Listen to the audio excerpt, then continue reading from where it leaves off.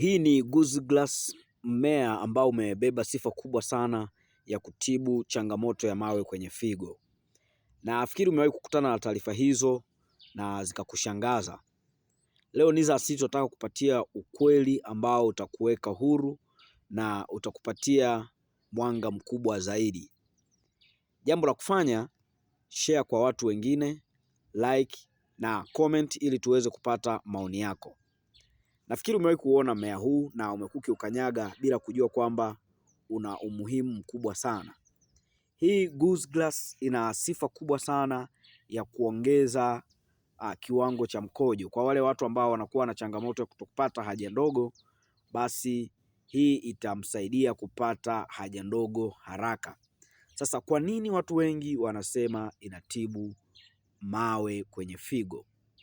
Huu ni ukweli ambao hautausikia kwa mtu mwingine isipokuwa Niza Asili pekee. Utazame vizuri mmea huu.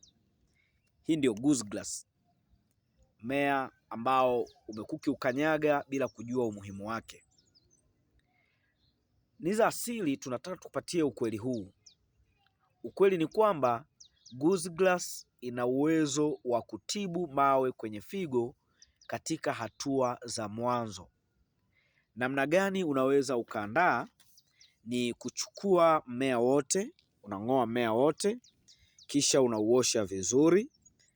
Baada ya hapo unakatakata vipande vidogo vidogo na unapika kwenye maji. Pika kabisa hadi iive.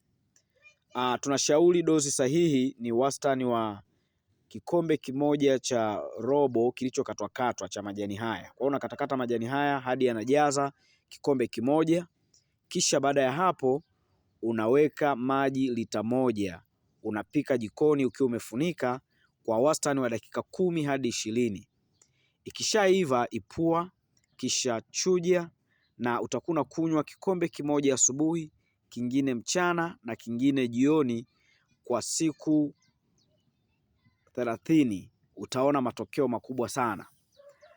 Lakini ni muhimu kufahamu ukweli huu kwamba Goose Grass haitatibu kabisa mawe yote, hasa yale makubwa kwenye figo zako, lakini ni msaada mkubwa kwa wale ambao wameanza kuona changamoto hiyo wakati mawe yanapoanza kujitengeneza, lakini pia ni kinga bora sana kama hauhitaji kukutana na changamoto hizo za figo. Kwa hiyo ni vizuri sana kutumia chai hii mara kwa mara.